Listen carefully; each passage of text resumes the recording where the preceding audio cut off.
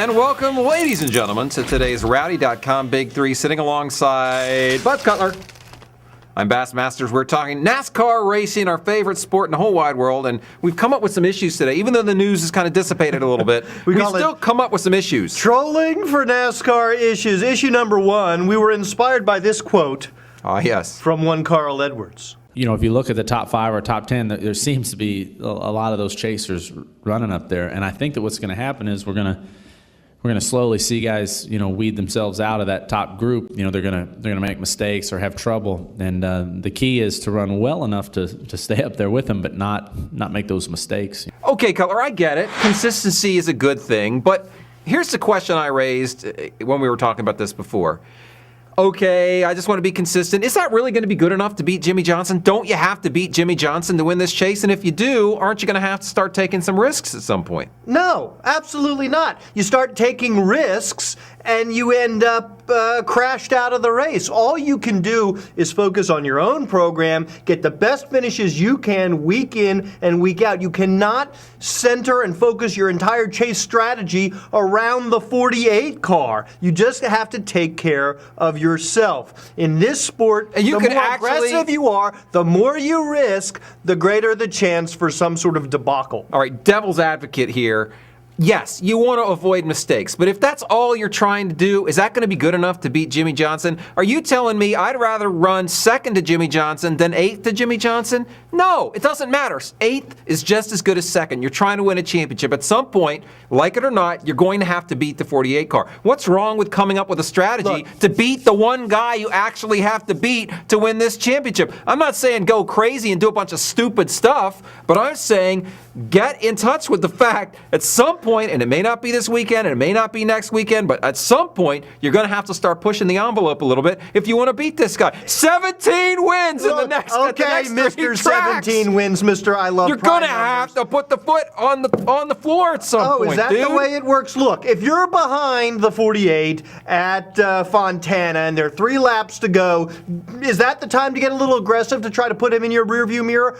Absolutely. But you cannot approach each and every race during the chase saying, all right, we're going to turn it up, we're going to let it all hang out so we can beat the 48. No. Next issue. All right, next issue. Jeff Gordon is still waiting for Martin Truex Jr. to return his phone call. Martin Truex never called me back.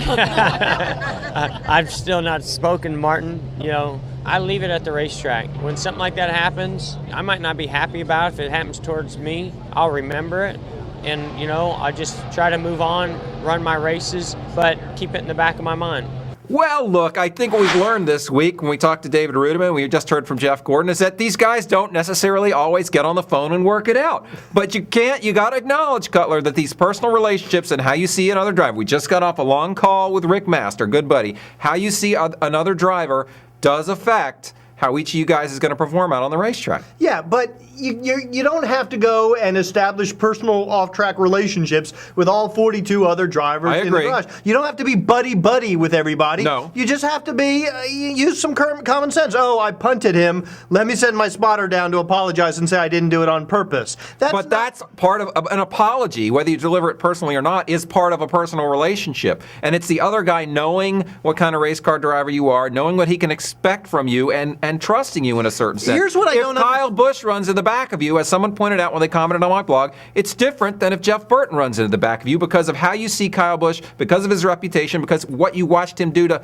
maybe yourself, but also some other guys out on the racetrack. Here's what I don't understand about Kyle Busch. I think he has a really poor sense of self-preservation. Doesn't he realize that every time he opens his mouth and says something incendiary or patronizing about another driver, he is putting himself at risk? He is not ensuring his ability to finish the race. You want it to be more vanilla? That's what you're asking for? No, but he doesn't have to go out of his way. Every time he goes out of his way to say something stupid about another driver, he's putting himself at risk. Doesn't he have any sense of self-preservation? Maybe it's the Joe Gibbs way, because isn't that what Denny Hamlin did at Dover? It's ironic that Joe Gibbs tends to hire drivers that are the polar opposite of Joe Gibbs. Well, Joe Gibbs has had a lot of football players, and I think a Dexter Manley, of course, and John Riggins, who were more than happy to talk. All right, next issue.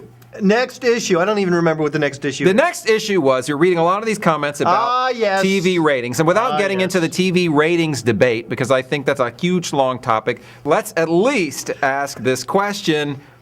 Do we show the chase, the story of the chase, too much and not the story of the race enough on our television sets? I'm not prepared to say that. Look, there are so many storylines in any given race, you cannot possibly cover them all. And But whoever, that's not an excuse for covering like one or two.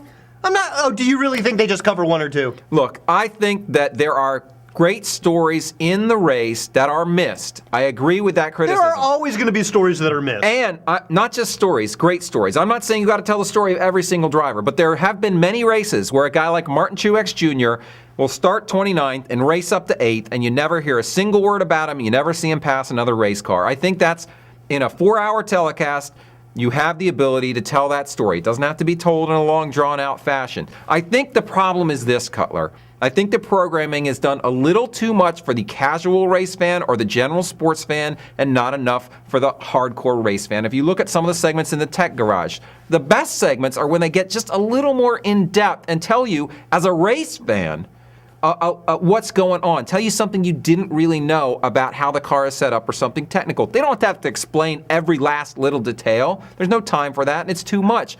But they should go a little deeper than they do. Program a little more for the race fan and a little less for the casual sports fan, and I think they would have a more engaging telecast. But that's my only criticism. That's not who ESPN is. If that's what you want, then Speed should carry all the races. ESPN is broadcasting and catering to the general sports fan. And then we also have to acknowledge and it's not working. We also have to acknowledge this, that in any given race, there are super stories and sub stories. Right now, the super stories are what is happening specifically in that race in terms of who is vying for the win, and the other super story is the chase. Those two stories have to get the most play. There's more than two Everything stories. else is a sub story. Fine, but you can tell the sub stories. You can tell the sub stories. You don't have to say, look, I can only cover 3 stories here because it's going to get too confusing because the average sports fan doesn't care about Martin Truex Jr. It's going to get confusing to Darrell Waltrip, I tell you that. Maybe the average sports fan doesn't care about Martin Truex Jr., but the race fan knows who Martin Truex Jr. is and cares about Martin Truex Jr., even if he's not a fan, if the guy's having a good or eventful day. So where do you draw the line? Do we have to cover that Michael story? McDowell and Landon Castle? If it's a good story, Okay. if it's a good story, yes. I'm not saying you got to cover every guy in depth. I just think that race fans and even sports fans can handle a little more information and a little more depth and more stories than what they're being given. That's my only criticism. I don't want to go overboard on this. I know it's very easy to take shots at TV, but I really do believe they can offer the race fan and even the sports fan a little more, Cutler. Well, I believe in the fans. We should get John Daly. I believe in the fans. We should get John Daly on the podcast and let him. Yes. That's a us. good idea. In fact, I'm going to call him when we get back upstairs or email him or something. You do We'll get him on the show next week. All right, for Buzz Cutler, I'm Bassmasters. That's been your Radio.com Big 3. Do join us at Radio.com where you can comment on some of our musings and other things, as well as muse for yourself and for your fellow race fans. Let us be your muse. That's amusing. Rowdy.com. Say it like it is. Say what like it is? Rowdy.com.